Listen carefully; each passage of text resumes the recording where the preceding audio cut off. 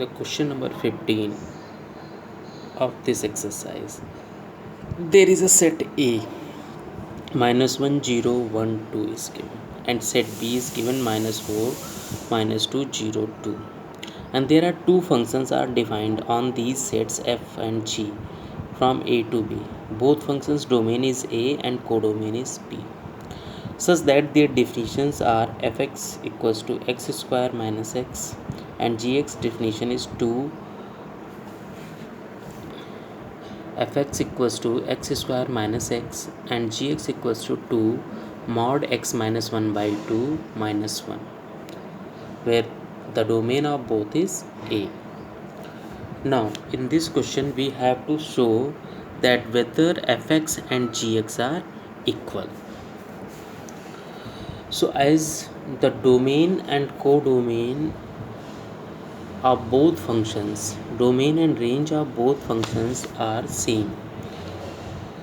So to check, and these are small domains, so we can directly putting the values we can check. It will not take much time. So there are 4 elements in set A. So for each we will get the value of f, and for each we will get the value of g. So -1 0 1 and 2 are there. First we will find out the f minus 1. So f minus 1 is, the definition of fx is x square minus x. So -1 whole square minus -1. What we will get? 2. G minus 1, that is 2 minus 1 minus. It will, when we will add this, it will be -3 by 2 because of the mod. This will become +3 by 2. 2 will cancel out. 3 minus 1, what we will get? 2. So while putting -1 we got f and g both values same, that is equals to 2. Okay, now put the second value, that is 0. f0 0 square, so it will be equals to 0, and g0 2 0 minus 1 by 2 minus 1. So this will become +1 by 2, that will be 1 minus 1.